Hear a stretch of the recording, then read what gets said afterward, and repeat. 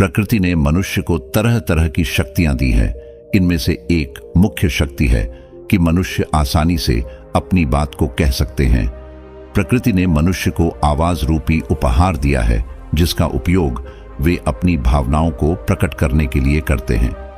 लेकिन कई व्यक्तियों की आदत होती है कि वह इस आवाज रूपी उपहार का प्रयोग सही से नहीं करते हैं, बल्कि इतना ज्यादा बोलते हैं कि उससे दूसरों का नुकसान हो जाता है। दरअसल हमारी आवाज, हमारे शब्द बिना धार की तलवार कही जाती है। हमारे मुंह से निकले हुए शब्दों में इतनी धार होती है कि यह किसी का भी गला काट सकती है। ज्यादा बोलना किसी भी परिस्थिति में अच्छा नहीं होता है, इसलिए चुप रहने को अपनी ताकत बनाना चाहिए। चुप रहने से कई प्रकार के फायदे हैं। ध्यान लगाने और आत्मचिंतन के लिए बहुत आवश्यक है कि चुप रहने को महत्व दिया जाए। आइए बौद्ध सन्यासी और बहुत ज्यादा बोलने वाले किसान के बेटे की कहानी सुनते हैं। दोस्तों, गौतम बुद्ध की शिक्षा हर किसी के जीवन को नई दिशा दे सकती है। अगर आप भी इसे मानते हैं तो कमेंट्स में नमो बुद्धाय लिखना मत भूलिए। आइए कहानी पर वापस चलें। बहुत समय पहले की बात है। एक गांव में किसान अपनी पत्नी और बेटे के साथ रहा करता था। उसका बेटा बचपन से ही बहुत शरारती स्वभाव था। उसको बहुत ज्यादा बात करने की आदत थी। जब वह छोटा था तब किसान ने सोचा कि अभी यह बच्चा है, बड़ा होकर ठीक हो जाएगा। लेकिन उम्र बढ़ने के साथ साथ किसान के बेटे की ज्यादा बोलने की आदत भी बढ़ती चली गई। किसान ने अपने बेटे को कई बार समझाया कि इतना बोलना ठीक नहीं है, लेकिन उसका बेटा अपने पिता की बातों को कभी गंभीरता से नहीं लेता था। वह गांव के सभी लोगों के साथ बहुत अधिक बातें करता था। उसकी बातों में ज्यादातर इधर उधर के किस्से, कहानियां और चुगलियां ही हुआ करती थीं। कई बार तो वह इन्हीं बातों में अपने परिवार के रहस्यों को भी बाहर उजागर कर देता था। और फिर जब किसान को अपने घर के रहस्य बाहरी लोगों से पता लगता, तब उसे बेहद दुख होता। किसान अब समझ चुका था कि उसके बेटे के साथ गंभीर समस्या है। उसका ज्यादा बात करना कोई सामान्य बात नहीं है। किसान ने अपने कई मित्रों से बेटे की इस आदत का समाधान पूछने का प्रयास किया। किसान के एक मित्र ने बताया कि यदि तुम अपने बेटे की इस आदत को छुड़ाना चाहते हो तो तुम्हें बौद्ध सन्यासी से मिलना चाहिए। तुम अपने बेटे को बौद्ध सन्यासी के पास लेकर जाओ और उसे कुछ दिन वहीं पर रहने दो। तुम्हें इसका लाभ अवश्य मिलेगा। शुरुआत में किसान का बेटा बौद्ध सन्यासी से मिलने के लिए बिल्कुल तैयार नहीं था, लेकिन उसके बार बार समझाने के बाद वह आखिरकार बौद्ध सन्यासी से मिलने के लिए तैयार हो गया। अगली सुबह किसान और उसका बेटा दोनों बौद्ध सन्यासी के पास पहुंचे। किसान ने बौद्ध सन्यासी के चरण छुए और उन्हें अपनी समस्या बताई। किसान ने बताया कि किस प्रकार उसका बेटा स्वभाव से अशांत है और दिन भर बेकार के शब्दों का प्रयोग करता रहता है।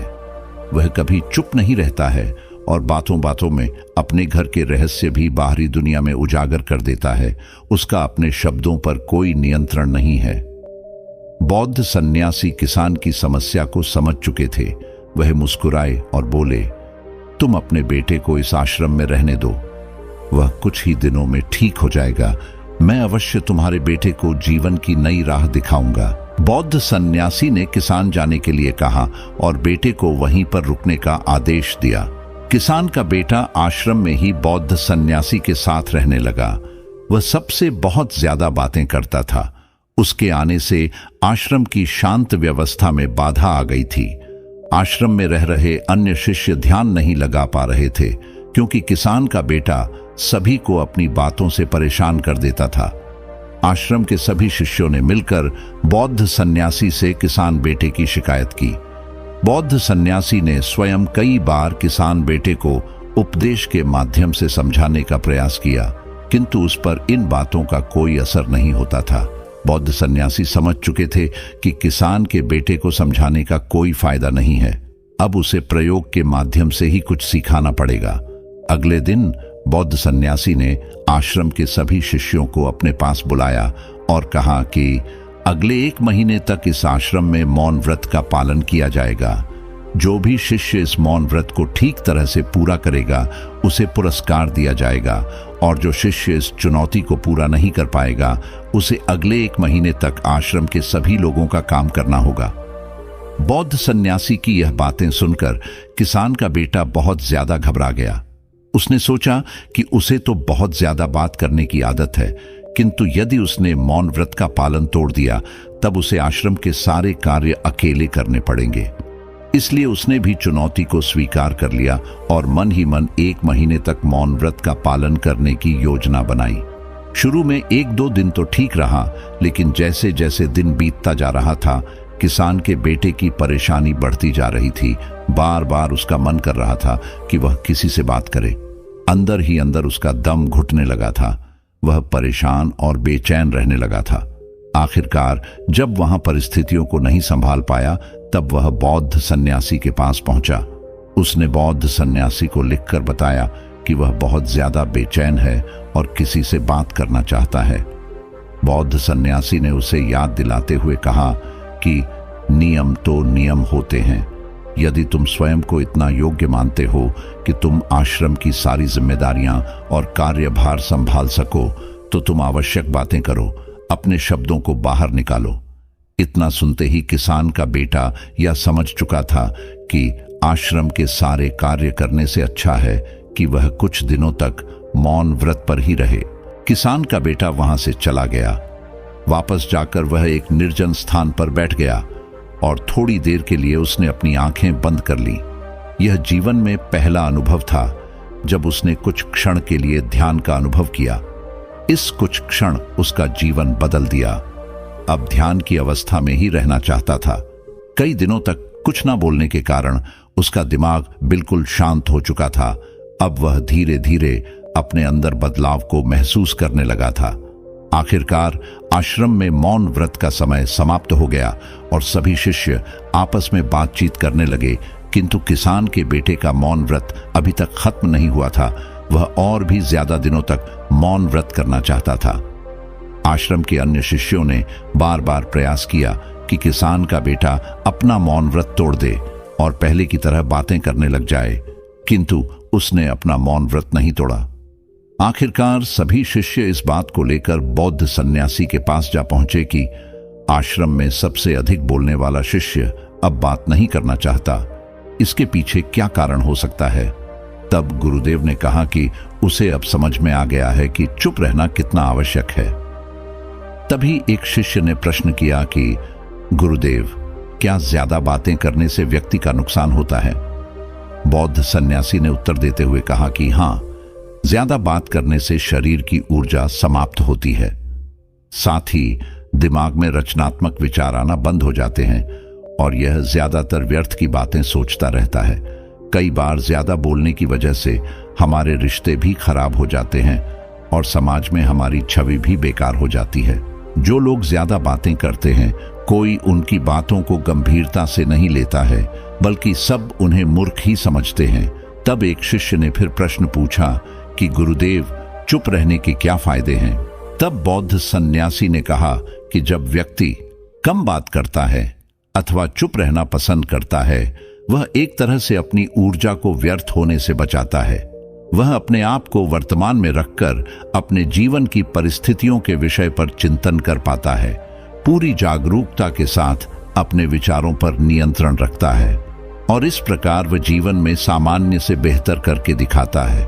जो ज्ञान एक कम बोलने वाले व्यक्ति के पास होता है, अधिक बोलने वाला व्यक्ति उस ज्ञान को कभी समझ नहीं पाता है।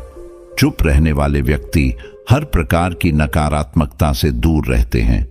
वे दूसरों की बुराई, चुगली इत्यादि से दूर रहते हैं और इस प्रकार उनके अंदर समझदारी विकसित हो जाती है। चुप रहने वाला व्यक्ति आत्मचिंतन करता है और अपने विकास पर ध्यान देता है।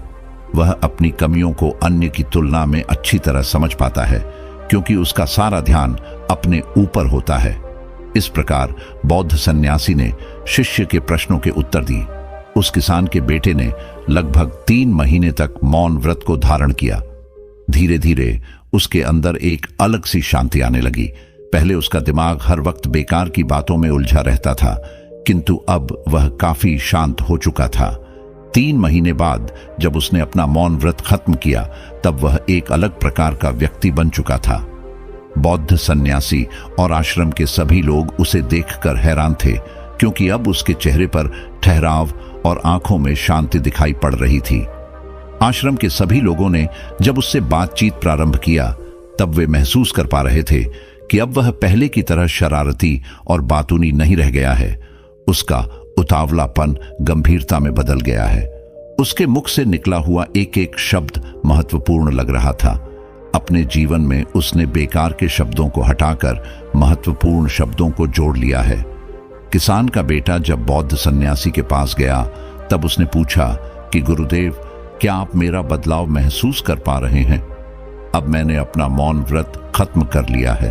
तब बौद्ध सन्यासी ने कहा कि तुम भले ही मुख से शब्द बोल रहे हो, लेकिन तुम्हारा मौन व्रत अभी भी जारी है।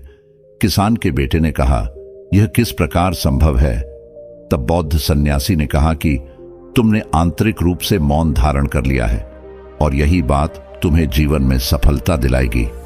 किसान के बेटे ने कहा, गुरुदेव, पहले जब मैं अधिक बातें किया करता था, अपने मित्रों और परिवार को बातें कर करके परेशान कर देता था। तब मेरे आसपास बहुत अधिक शोर था।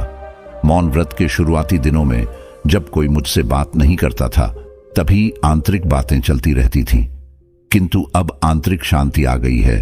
अब मेरा मन बेकार की बातों में, बेकार के शब्दों पर बिल्कुल नहीं लगता। बौद्ध सन्यासी ने कहा कि इस दुनिया की अधिकतर बुराइयां हमारे शब्दों के कारण ही हैं। हम अपने शब्दों का कर निकल जाते हैं, लेकिन उसका प्रभाव सामने वाले व्यक्ति पर किस प्रकार पड़ रहा है यह हमें समझ में नहीं आता है, और इस प्रकार जाने अनजाने हम अपने शब्दों से ही पाप कर बैठते हैं। बेहतर है कि हम अपने बाहरी शब्दों को अपने अंतःकरण में मोड़ ले और शांत हो जाए। चुप रहने का अर्थ आंतरिक शांति से है। अपने शब्दों को तोलकर बोलकर बोलना चाहिए, क्योंकि बाहर से ज्यादा शोर तो भीतर होता है। हम बाहरी शोर आसानी से समाप्त कर लेते हैं, किंतु सफल वही है जिसने आंतरिक शोर को खत्म किया है। अब तुम जीवन में सफल हो चुके हो, अपने परिवार की ओर लौट जाओ। तुमने अपने जीवन की सबसे बड़ी कमी को दूर किया है। किसान के बेटे ने परिवार में वापस जाने से मना कर दिया। उसने कहा कि वह अब इसी आश्रम में रहेगा और बौद्ध सन्यासी का शिष्य बनकर जीवन बिताएगा। इस प्रकार बौद्ध सन्यासी ने किसान बेटे का पूरा जीवन बदल दिया। अब वह शरारती और बातूनी व्यक्ति से एक ठहराव और गंभीर प्रकृति वाला व्यक्ति बन चुका था। थैंक यू दोस्तों, उम्मीद करते हैं आपको यह वीडियो पसंद आई होगी। इस वीडियो को लाइक जरूर करें, इसे अपने परिवार और दोस्तों के साथ भी शेयर करें।